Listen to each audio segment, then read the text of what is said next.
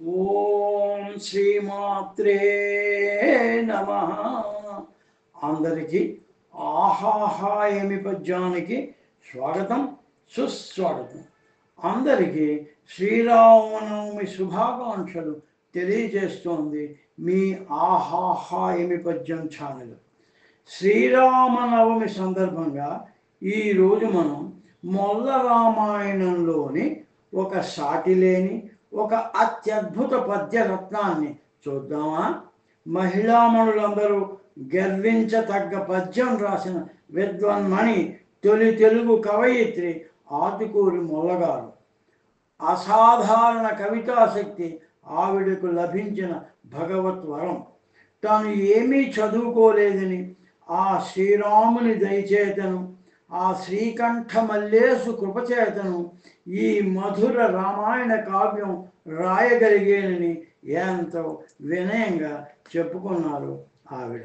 ఆంధ్ర సాహిత్యంలోనే ముకుటాయమానమైన ఆ అద్భుత పద్యం చెబుతున్నాను చూడండి.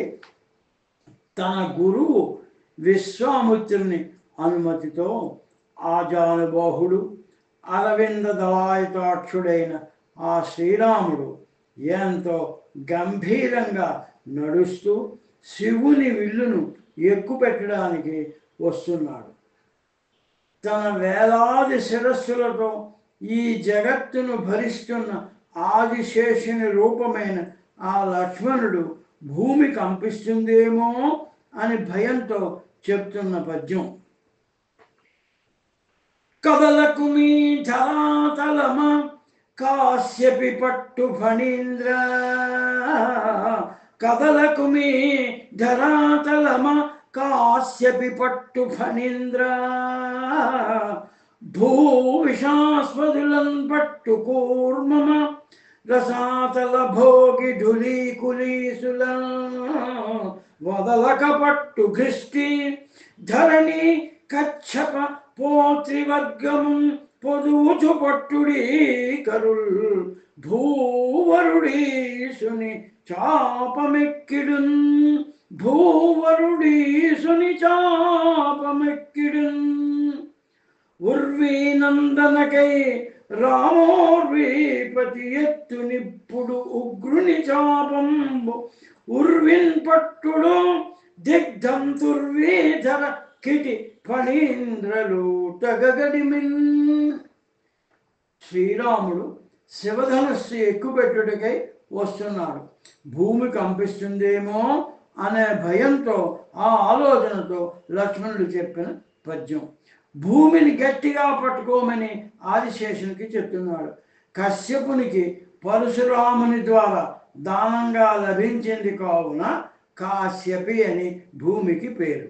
ఆ భూమిని ఆదిశేషుడు గట్టిగా పట్టుకున్నా ఇంకా నమ్మకం చాలక, మందల పర్వతాన్ని నీ వీపున మోసిన ఓ ఆదికోర్మమా, భూమిని ఆదిశేషుని ఇద్దరినీ కలిపి పట్టుకోమని వినతి చేస్తున్నాడు.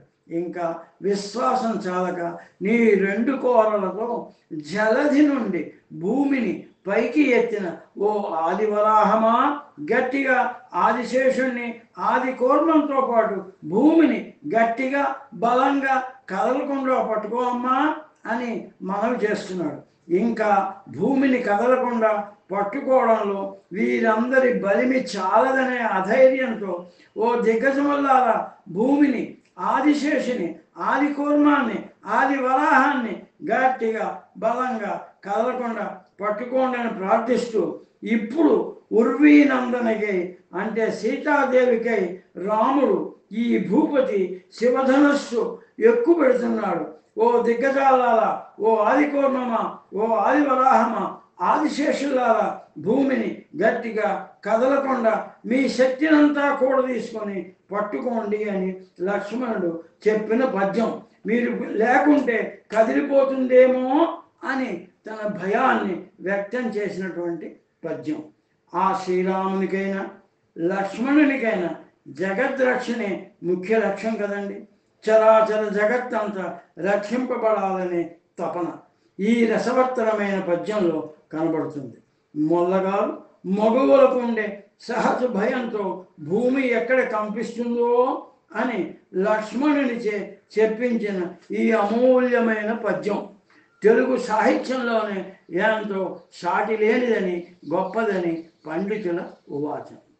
చిన్నపిల్లవాడు చెట్టెక్కితే భయంతో తల్లి బాబు మెల్లిగా దిగు, ఆ కొమ్మను పట్టుకో, ఈ కొమ్మను ఊతగా పట్టుకో అని చెప్తుంది కదా. అలాగే ఇందులో కూడా మన మొల్లగారు ఈ పద్యంలో అదే భయాన్ని వ్యక్తం చేశారు. ఇందులో ఉర్వీపతి ఉర్వీనందన ఉర్విన్ పట్టుడు దిగ్ధం దుర్వీధర అని అన్ని ఉర్వితో పదాలను అమర్చి పద్యానికి శోభనిచ్చారు. చెవులకు ఇంపైన పదాల పోహలింపుతో ఆనందాన్ని ఆహ్లాదాన్ని అందించారు మొదలగారు. వరాహానికి కిటి గృష్టి పోత్రి అనే నానార్థాలు ఎంతో రమ్యంగా వాడారు. అలాగే ధరణి కాశ్యపి ధరాతలం అని భూమికల పర్యాపదాలని మనకు అందించారు. రసాతల భోగి అంటే పాముల నిలయము, కచ్చప కూర్మ ఢులి అనే పర్యాపదాలు తాబేరుకి వాడారు. ఇలా నానార్థ పదాల నిఘంటువుని ఈ పద్యంలో ఇమిడ్చి మనకు అందించారు మొల్లగారు. ఈ పద్యాన్ని చంపకమాలతో అలంకరించారు మొల్లగారు. ఈ పద్యం మీకు నచ్చినట్టయితే లైక్ చేయండి, షేర్ చేయండి, సబ్స్క్రైబ్ చేయండి. మళ్ళీ మరో పద్యంతో కలుద్దాం. అందరికీ శ్రీరామనవమి శుభాకాంక్షలు తెలియజేసుకుంటున్నాం. శ్రీరామ రక్ష సర్వజగద్రక్ష. అందరికీ నమస్కారం.